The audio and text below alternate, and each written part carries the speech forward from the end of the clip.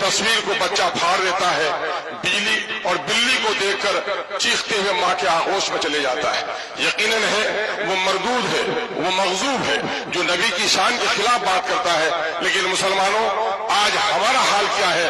ہم اپنی شادیوں میں رسول اللہ کی سنتوں کو توڑ رہے ہیں، معاملات میں ہمارے ہاں بہنوں کے ترکے سے ہم بہنوں کو محروم کر رہے ہیں۔ آج مسلمانوں کی 70% آبادی کا یہ علاقہ ہے اور ہماری یہاں سیاسی اعتبار سے اتنے بے وزن ہم ہو کر رہ گئے ہیں کہ آج اس وقت RSS کے لوگ اس کو UT بنانے کی کوشش کر رہے ہیں۔ ہمیں اپنی سیاسی کھوئی ہوئی عظمت کو بھی تلاش کرنی پڑے گی۔ آج بندھن لون میں 70% آبادی ہماری ملوث ہو گئی ہے۔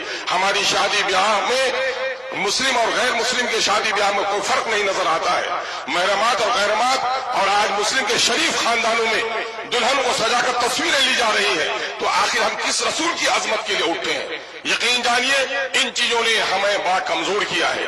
دوسری طرف مسلکی اور مکتب فکر کے اختلافات نے بھی ہمیں بہت کمزور کیا ہے۔ حکیم الامت نے پہلے کہہ دیا تھا، منفرد ایک ہے اس قوم کی، نقصہ بھی ایک ہی سب کا نبی، دین بھی، ایمان بھی ایک، حرم پاک بھی، اللہ بھی، قرآن بھی ایک۔ کیا ہوتا بڑی بات جو ہوتے مسلمان بھی ایک؟ کہیں فرقہ بندی اور کہیں ذاتیں ہیں، زمانے میں پنپنے کی کیا یہی باتیں ہیں؟ اشعار مجھے صحت کے ساتھ یاد نہیں ہے، لیکن میں آپ کو بتانا چاہتا ہوں کہ اس وقت ان فرقہ بندیوں نے بھی ہمیں کمزور کیا ہے۔ سیاسی بے وزنی نے ہمیں اس ملک میں عزت و وقار سے جینے کا حق بھی چھین لیا ہے۔ آج ہمارے دینداروں کی داڑھیاں نوچی جا رہی ہیں، ٹوپیاں اچھالی جا رہی ہیں، بیٹیوں کے نقاب پھاڑے جا رہے ہیں، مسجدوں کے تہخانے میں آج مورتیوں کی تلاشی ہو رہی ہے۔ اس کی سب سے بڑی وجہ ہے کہ ہم اس ملک کے آزاد کرانے میں ہمارے صلحاء اور ہمارے بزرگوں نے جو قربانیاں دی ہیں، اس ملک کی آزادی میں ہم وہ نمایاں رول ادا نہیں کر پا رہے ہیں۔ ہم اللہ رب العزت سے دعا گو ہیں کہ اللہ تبارک تعالیٰ کہ مودی حکومت اس وقت ہماری اوقاف کی جائیداد جو ہمارے باپ دادا کی دی ہوئی جائیداد ہے، کسی کے باپ کی جائیداد نہیں ہے، وہ غریبوں کے لیے، یتیموں کے لیے، بے سہارا لوگوں کے لیے، مسکینوں کے لیے سارے کی ایک چیز ہے۔ نبی کریم صلی اللہ علیہ وسلم نے مسجد نبی تعمیر کری تو اس زمین کو وقف کیا۔ اوقاف کا سلسلہ حضرت عمر فاروق رضی اللہ تعالیٰ عنہ کے زمانے میں کہ کافی آگے بڑھا ہے، اور اس اوقاف کے معاملے میں آج حکومت کی بہت ہی ناپاک نظریں ہم پر اٹھ رہی ہیں۔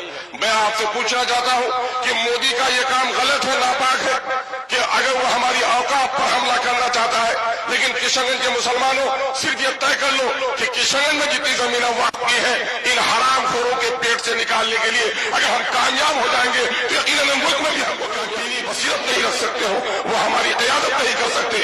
ہم اپنی صفوں میں سیاسی بصیرت پیدا کریں، اور دینی اہمیت کے بغیر کوئی سیاسی بصیرت بھی کام آنے والی نہیں ہے۔ دینی اہمیت پیدا کریں۔ ایک بڑی عالم دین حضرت مولانا ولی رحمانی صاحب دامد نور اللہ مرقدہ نے کیا تاریخی جملہ کہا تھا، اے کشن گنج کے مسلمانوں، سیمانچل کی پٹی میں بسنے والے مسلمانوں، تمہاری تعداد تو اتنی زیادہ ہے کہ ملت کے ملک اور ملت کے درپیش مسائل کی لہریں یہاں سے اٹھنی چاہیے تھی۔ افسوس کہ لہریں تو تمہارے یہاں نہیں اٹھتی، جو لہریں دور سے چل کر آتی ہے وہ لہریں بھی تھم جاتی ہے۔ الحمدللہ یہاں کے ملت کے غیور ہمارے علماء نے اب اس سبق کو دہرایا ہے کہ انشاءاللہ العزیز سیمانچل کی پٹی سے ملت کے مسائل کی ہر آواز بلند ہوگی اور انشاءاللہ اس کی لہریں دور تک جائیں گی۔ آئیے ہم اپنے علماء کی عظمت اور ان کے نیک مشوروں پر عمل کرنے کی کا جذبہ اپنے درمیان میں پیدا کریں۔ اگر ہم نے اپنے صفوں میں اتحاد پیدا کیا، مولانا قاضی مجاہد الاسلام قاسمی صاحب نور اللہ مرقدہ کے ایک جملے پر اپنی بات میں ختم کروں گا۔ انہوں نے یہی ملی کونسل کے اجلاس میں سنتھا کی سرزمین میں کہا تھا، اے مسلمانوں، تمہاری گردنیں صرف کلمے کے نام پر کاٹی جاتی، تمہیں نہیں پوچھا جاتا کہ تو حنفی ہے کہ تو صافی ہے، تو دیوبندی ہے کہ تو بریلی ہے، تو سید ہے، مغل ہے، پٹھان کی انصاری ہے۔ جب یہ دشمن تمہیں کلمے کے نام پر ایک سمجھتا ہے تو کیا تم اپنے گردنوں کے نام کی حفاظت کے لیے بھی ایک نہیں ہو سکتے ہو؟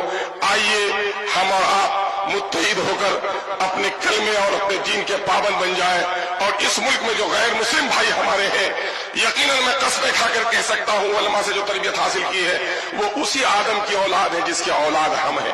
وہ ہمیں نہیں پہچانتے، ہم انہیں خدا کی قسم پہچانتے ہیں کہ وہ ہمارا بھائی ہے۔ ہم ان سے دشمنی نہیں کرتے، بلکہ ان کو یقین دلانا چاہتے ہیں کہ انگریزوں نے جب ہندوؤں کے بچوں کو عیسائی بنانے کا کام کیا تھا تو